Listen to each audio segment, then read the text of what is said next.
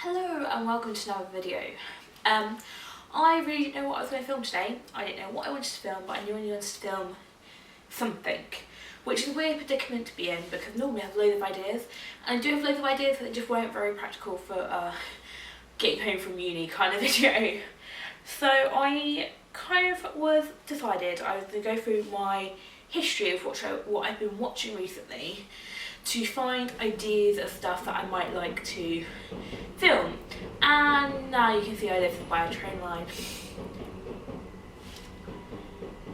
And so basically, I was going through my history, and a lot of my history recently has been like people surprising families when they've been travelling for 2 years, because I love a good cutesy moment.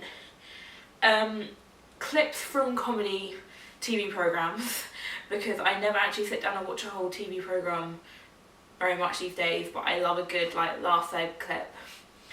And like not much else, like Philip DeFranco, but I watch him every day, or like Peter McKinnon, but that's so I can get more like decent camera tips. I haven't actually been watching loads else, or I've been watching like lots of fashion videos and like people spending lots of money and doing hauls and stuff like that, which again is not an afternoon uni video. But I came across a girl who I do watch quite regularly, who talks about nursing in the UK and like being a nursing student in the UK. And I am a nursing student in the UK. I am a third year nursing student in the UK. And I remembered that I had done this list on my phone a few months ago, and I think I'd had quite like not a bad day on placement, but quite a long day on placement. And I had been on my way home picking up some milk or something, and someone was like, "Oh, you look tired, what have you been up to?" I was like, "Oh, I've just been a long shift." And they're like, "Oh, what do you do?" And I was like, "Oh, I'm a nursing student." And they're like, "It's not a long shift then, you sit there with a notebook all day."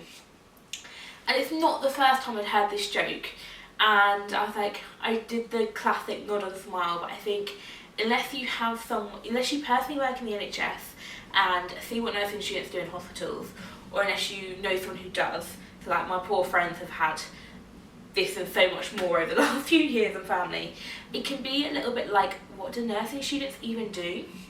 I mean, some people won't even know that like 50% of our degree is spent in placement, and because we spend 50% of our degree in placement, like I've already done 6 weeks this year, and I've got another 20 weeks of placement, 18 weeks of placements to go this year, so that's like 24 altogether.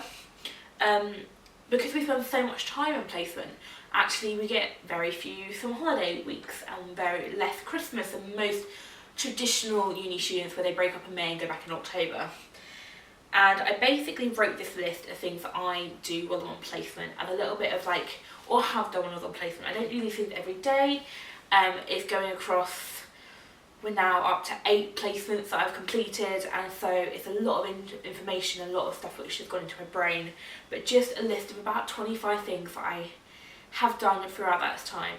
Some of them are really deep, some of them are really boring. I think it starts with deep stuff because I just needed to get something out that day. I think for those of you who don't know, if when you work in the NHS, doing some kind of reflection is really good, because it kind of gives you a way of getting stuff out. And so I'm sort of just reading back a reflection to you. Let's start. The first thing I've got on here is holding someone's hand when they're dying with no family around, which I have done. The second thing I've got is sitting with crying family members while you're waiting for the doctor to certify someone's death. So unfortunately, when someone in the hospital dies, even though they are dead, we have to wait 20 minutes to certify a death, and it has to be a doctor. And so even though they're no longer breathing and their heart's no longer beating, that family member has to sit and wait for the death to be certified. And then what have I got? Assessed and physically started the actions to save someone's life. That one was, I mean, obviously I've done it whenever we assess a patient, we're checking their vital signs. I have done so many sets of ops, but there was, I think I was thinking of a specific time quite recently where I was like, I was the first one to do something about this person who unfortunately ended up in peri-arrest, but went to ITU and is now fine. But like, I had to start it off. I did the set of ops. I then did the ECG. I then was sorting other people out to come and help. And it was one of the first times where like all my like acute medical skills when like this is what I need to do kind of action, while having a massive team of support around me and a great mentor who helped and supported me through it. Told doctors off. When I say I've told doctors off, I tend to mean, hey, I'm really sorry, but I think you've written this prescription up wrong. Or like, hey, I know you've prescribed this, but did you not realise they were allergic to this? I'm not saying I've been and yelled at doctors for not doing their job properly, because I don't think that's useful, productive, or helps at all, because they know so much more than me. There's definitely been times where I've gone like, hey, can you fix this for me? Which is such a change, because when I first started my nursing degree, I was like, they used to make me phone the doctors to like let them know something had changed with their patient, and I used to have like my nurse or ward sister standing next to me, and now I'm like, I've done this wrong, I'm going to walk into the doctor's office and let them know and get changed for you. So you just get better and better at speaking to doctors. They're not really all that scary. But the next thing I've got is been told off a lot. Not in a bad way, like this is just the way that NHS works. There have been plenty of times when I have been told off. So like saying, oh, you got this wrong, or you've done this wrong, or like, here, let me teach you how to do this properly. That's what I'm there for. I'm there to learn. I'm there to be told off and pointed in the right direction. And I'd much rather someone say, hey, you're doing this wrong, or like that maybe the way you've been taught how to do it, but this is actually how we do it, or like that, like this is how it's done in this area, this is how it's done in this area. I know you were taught here, but here. I'm not sure I'm making much sense, but like I appreciate that. I would rather have someone say, can you please do it like this, because that's how it should be done, than go in after and like fix and tweak stuff. Like if I'm doing something wrong, tell me. If you're going to add something to my notes at the end of the day, great, fine, but can I see what you've added, so then I can know for next time. And then, been the person handing the scalpel in theatres. So I spent 4 weeks in theatres, and I was physically the person who'd hand the scalpel over so that the surgeons could operate, and it's this really weird feeling, because most of your degree up to this point is like you do everything to try and not hurt your patient. Like even an injection, you're apologising so much, and at this moment in time you're physically handing something to cut into someone. It feels really weird, but it's also quite cool. I remember the first time I scrubbed and I proper felt like I was scrubbing. That sounds wrong in any other context, but like scrubbing in theatres, and I wasn't scrubbing with my mentor, but another like amazing ODP who I'd worked with a lot. ODP stands for operating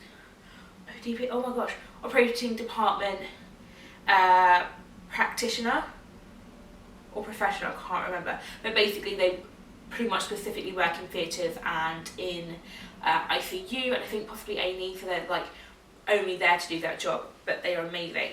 And he was a band 6, which if you, again, know nothing about nursing, you come in, once you're qualified as a healthcare professional, you come in at a level band 5, and then band 6 and band 7. You can go up to 8, I believe, but band 6 and 7 is where most people stay. Like by band 7 you can be a ward sister. And he was like, right, I'm going to do it how my ward sister did it back in the day. You're going to be the one behind the desk, you're the one going to hand everything over, I'm going to stand here, and if you need my help, you say. If you don't know what you're doing, you ask, and if I need to point out something to you, I will. And it was just this really crazy moment of like, I was doing everything, and I didn't do a bad job because the doctor didn't have an issue with it. But yeah, scrubbing in is one of those weird things, and I think to an outsider, like for an outsider to see that, and they see like just a sheer nurse as practically being a scrub nurse, they'd be like terrified. But it's also something that I've been taught to do this week 3 or 4, like this is where I should have been at. Oh, right. Another deep one. Cried so much over absolutely nothing, like losing a pen, washing up, train delays. Usually after a night shift. I think that's very fair. I remember having to go to a trust induction after a night shift and not getting back to my house until about 2 p.m, which is like finishing a shift and getting home at midnight during the day, and I would have started at 7:30 the night before. So at this point I'm exhausted, I'm tired, and I know when I get in I've got washing up, and like literally crying over that washing up, like on the train. It was ridiculous. On the bus I think it was. And then I've put for number 8, yes, that's probably not the reason I was crying, it was the last straw. And I do think that's so true. There's so many times that I can see really traumatic things or be involved in really intense situations and be absolutely fine. And then something really little can happen, usually not in a hospital, it'll be like something in my own life, like something really little happen, I'll just be like, don't want to talk to anyone, like I'm just going to bed, or I can get in and like someone else will be in the shower and I'm like, I really needed a shower, and it's ridiculous, but it happens. Oh gosh, I've been yelled at, sworn at, spat at, and propositioned. Yep, those are all true things that patients or their family members have done. It's not okay, it is never okay. Particularly the nursing team always feel horrible when it happens to a student, but it's not okay for it to happen to them either. But they're like, you're not being paid, you're just here to help. Like, you shouldn't have, and no one in the NHS should ever be being abused. I understand there are sometimes high volatile situations where the patient or the family members may be getting upset. There's no right to disrespect the people. And I think what a lot of patients and their family members don't always see is that the nurse can sometimes just be the deliverer of the information. Like, I have no control over what pharmacy you're doing. I have no control over the food that is prepped. I can sometimes say that I have no control over what the doctor's doing, because that often happens. So just because you've been told something by someone else, I may not have that information, and so there are times where people can get quite stressed, and there's also times where just people want to be mean and rude, and that's not okay. I've taught 4-year-olds how to do OBS because they were scared of what I was doing to their mum.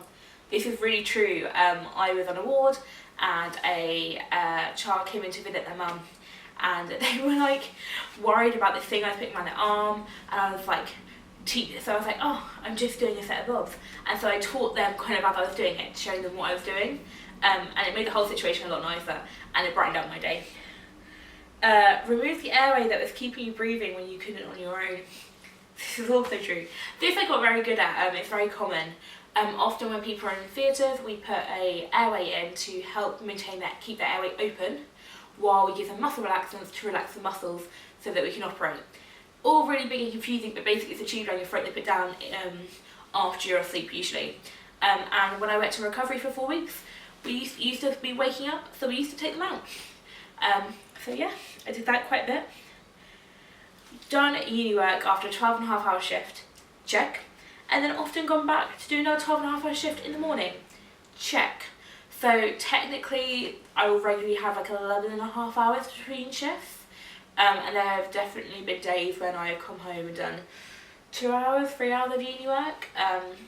It wasn't so quite bad in first year and not even so much in second year, but I think it's getting to this point now where we regularly have deadlines or projects we need to be working on throughout placement.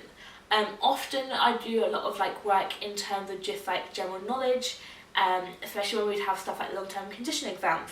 I would see a long-term essays, I'd see a long-term condition at work, I'd then go home and research it, but also I would regularly just be like, I need to prep, let me learn how to read an ABG. Okay, missed birthdays and social events. This one I have definitely done, and I feel really bad for it, but I have multiple. I've missed weddings, I've missed lots of my siblings' birthdays, like just uni social events we miss all the time because half of us are on placement that day, and like most uni students don't have that commitment. Like most of them can, even if they have a placement within their pathway or degree that they're studying, even if you're doing a teaching degree, you can almost guarantee that you're not going to have to work on a Saturday night. As a nursing student, we really can't. We can be working at 3 AM in the morning. So yeah, I think my family were quite used to this going into it because I worked in healthcare before I started my degree. But there we go. Left shift late. I would like to say as a student this does not happen half as much as it happens to our poor nurses in the NHS, but it has happened. I think the further along I get, the more I want to feel like I'm completing a job and that I'm hitting what the nurses would be hitting that day anyway. So I might stay late to give handover even though technically I don't need to be there. I've done my hours, I can go home if I wanted to. I mean, it's not, I would say as a nursing student, never expect to leave dead on your shift time finish. Always give yourself 5-10 minutes, because sometimes you'll be in the middle of something and something will happen. But like as a nursing student, I've been in very few places where nurses have been like badly treating nursing students for wanting to leave on time. I think we all want to leave on time. Ran around hospitals getting I put blank piece of equipment, but basically random bits of equipment, drugs, and then like sheets and forms to record stuff on. Yeah, regular. I expect to be sent off a ward at least once a day to go find something. Made bags of food up before patients transferred out of the way. Also true. I also try and do it for the paramedics if I can as well, or the transport, whoever's driving the transport. If someone's got transferred to another hospital, sometimes that might not be in London, it might be really far away, or it's stupid o'clock, and so most wards will have a couple of like sandwiches and stuff in the fridge, yogurts, drinks. I'll just get a bag and fill up what I can. Chatted when I didn't have time to chat. Yeah, if you need someone to talk to, that's kind of part of my job. There will be times where I'll be nodding my head and smiling and trying to engage in the best conversation I possibly can, but to be totally honest, also know in the background that once that's finished, I'm going to go have to do another 10 jobs. But I always can respect that sometimes patients need that little bit of reassurance. I do think there's a misconception, especially among doctors, that well, among other healthcare professionals, not just doctors, but I noticed it most, I think, in my first placement from the doctors, that because you're a student, you don't have other responsibilities, and part of your role is often taking on some of the responsibilities of the nurse, from the nurse, to prove you can do them by yourself. Obviously, they are there to fall back on if you need it. I've only done this a couple of times, but yeah, apologise for being late with your cup of tea because I was helping during a crash call. So if a patient asks me for a cup of tea, I might be going to make it, and then midway through making it, something happens or there's a crash, and so everyone has to go to that situation until we kind of file back out again. And then I go and I finish making that cup of tea for the patient and I take it back, usually to another part of the ward so they're not aware of what's going on, and go, hi, I'm really sorry, I was a little bit late, but here's your cup of tea. Usually they're okay. You get the odd one who's like, I pay my taxes, I'm really sorry. I was trying to help a much worse situation than that. But that's just what happens. Made a bed in under a minute with hospital corners. Yes. And surprisingly, that bed didn't need to be made that quickly. Me and another student were having a competition to see who could make beds faster. And I won it initially, and then she was a third year, so she went and topped me the next day. Written endless amounts of notes. Yeah. In my first year, I would only usually write 1 or 2 notes a shift until I got further along. I mean, there were days when I was in first year which I would still write 5 or 6, but they'd usually be quite basic notes. I think one night I got 7 or 8 done, but it was snowing and all the nurses were short-staffed, and it was all like, they were fine overnight, here's the latest thought. Like, they're still proper notes, but nothing had gone wrong that day, so it's easier to write them. Reposition people to keep their skin intact. Yeah, if you work for the NHS, you may not be aware that pressure ulcers are a big issue, and yeah, there are times when it means I miss a drug round and go help the healthcare assistant firm, but that's also really important, and the nursing assistants to reposition patients, keep their skin intact. Very vital part of nursing. Given handover. Now, I think most people understand that student nurses have to do this, but I don't think people realise how amazing it is the first time you get it. And I've recently been giving board handover as well, and like the first time you get it, you realise you've done it well, it's like such a good feeling. Made jokes with consultants. Yeah, mainly in theatres. If it's a bit boring, if there's not a lot going on, you occasionally make some jokes, you sing along to their playlist. Yeah. Taught medical students and nursing students. Yeah. I think the time I was thinking in my head when I wrote this was when I was probably 3 or 4 weeks into my placement on theatres, and we had some medical students coming to theatres for the first time, and they didn't know how to scrub in, so I taught them how to scrub in. I've taught nursing students how to take manual blood pressure, because I'm really quite good at that one. Some of those skills which I'm like, yeah, I can do. And so we teach people. And the last one I've got on here, and there's so much more, I could write a list of like 1,000 things, is you teach nurses sometimes. if you've worked in an area they don't have much information on, or to be honest, when I did a lot of learning disabilities and some epilepsy before coming into my degree, so I have a lot of knowledge around that. Sometimes it will be something that they don't have knowledge on, or they don't have the same experience you do on, or you've just seen something in other areas and you're like, oh, in a medical ward they do this, or a surgical, and you'll be on a surgical ward and you'll proposition it to the nurse and go like, oh, maybe we could do this, and they'll be like, oh, I didn't think about that. So I do think having that, because we have such a wide range of experience, and I've been very blessed to have a good kind of lots of different backgrounds of nursing that I've been exposed to over the last 2 and a bit years. We do get information that some nurses will have never met because they've never worked in endoscopy, or they've never worked here or never worked there. In the same way they've worked places that I've never worked, and they can teach that to me. So I think the whole of like the NHS is a lot of people learning off each other constantly, at least it should be. I'm really hoping this video isn't too long because I feel like it is, I've rambled a bit. But yeah, I just kind of wanted to compile a list of things that as a student nurse I have personally done or witnessed or been a part of that is so much more than handing out tablets, wiping bums and giving people lunches. Like, those are all really vital parts of basic nursing, but I also think it's really important to recognise that student nurses do so much for the NHS, which maybe the wider population doesn't see. Thank you very much for watching, and I hope to see you soon. Bye!